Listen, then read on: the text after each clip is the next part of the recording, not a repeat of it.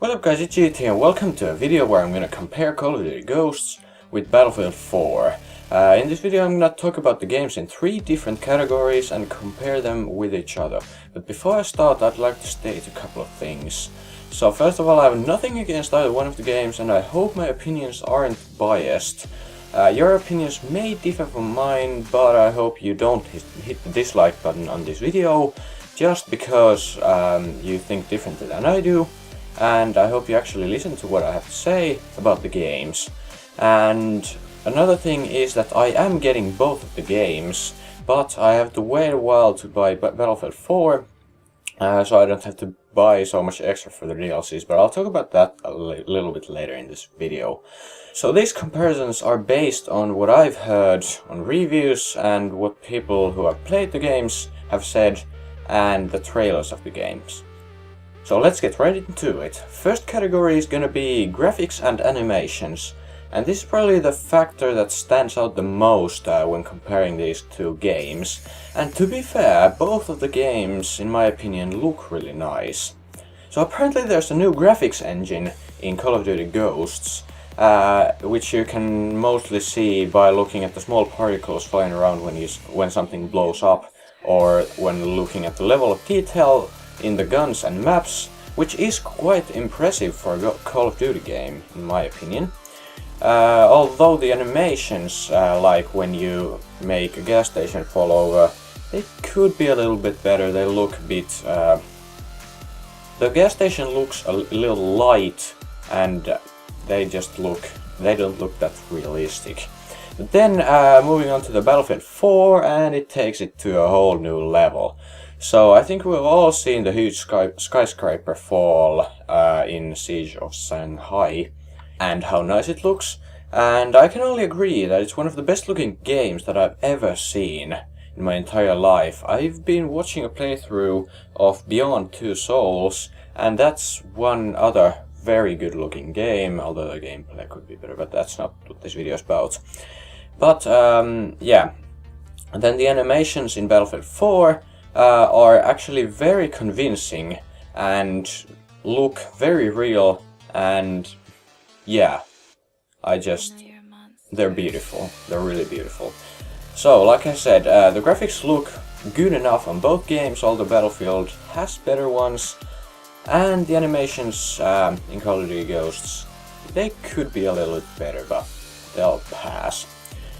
Now moving on to classes and customization. Now this might not seem like such a relevant topic in your opinion, but for me it plays a big role in the game because it's everything you have to do, setting up your character before you can hop into a game and just start shooting.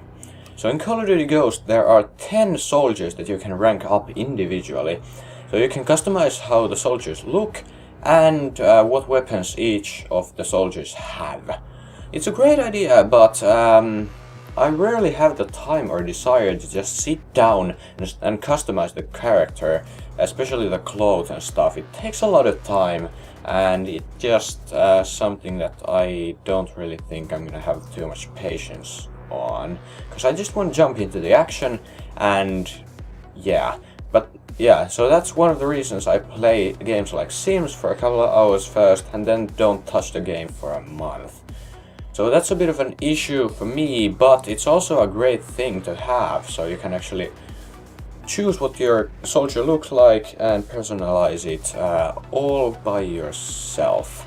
Now the perk system has a limited amount of points that you can use to get perks that you want, and different perks cost different amount of points, and you can choose to use the points in any way you want, so you can have, I think it's 8 1-point costing perks, or you can have 4 2-point costing ones, or stuff like that. And I think it's a great way of letting players customize their loadouts even more to their desire. Now, the customization in Battlefield 4, you can only choose between 4 classes, and within those classes you can choose between primary weapons, secondary weapons, and so on, with the smaller equipment that you can use.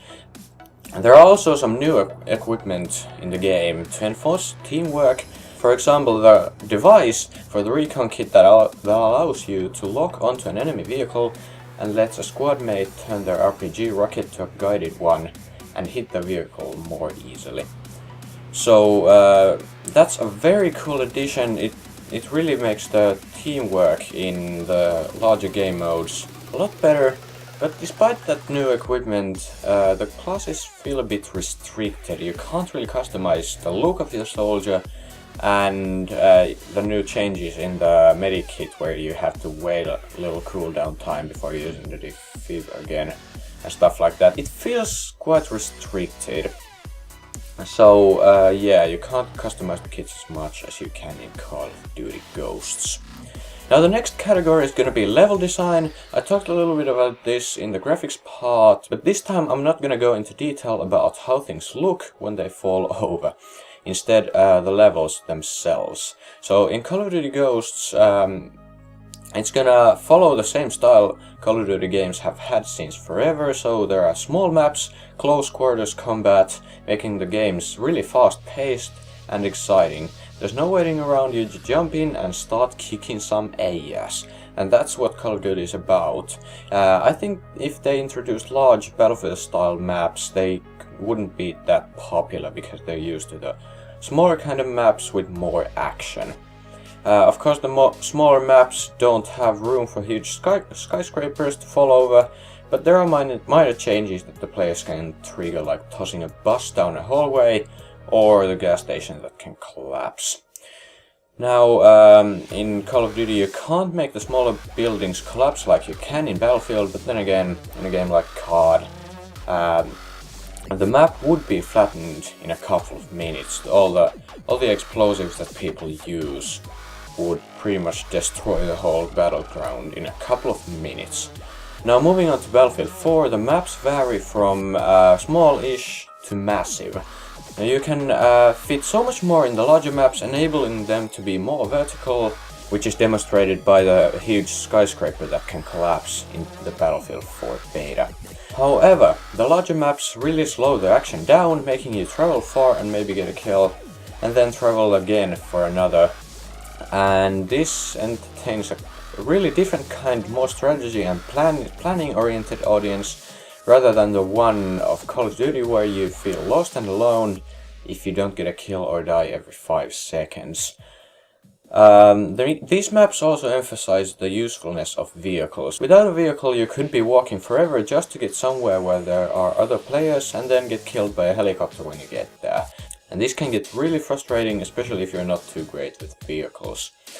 Luckily the smaller maps don't have this problem and can be somewhat compared to the maps in Call of Duty Ghosts. In Battlefield 4 the map changing events are much larger and have bigger influence on the game. There are huge buildings that you can collapse and fill the place with concrete dust to reduce the visibility, or have a ship crash through the island, changing the game dramatically. Overall, I think Battlefield 4 has better variation in maps, and the maps evolve much better during the matches, but the long distances make impatient people like me cringe. So both games have maps that suit their own style better, and it's a personal preference which one you like.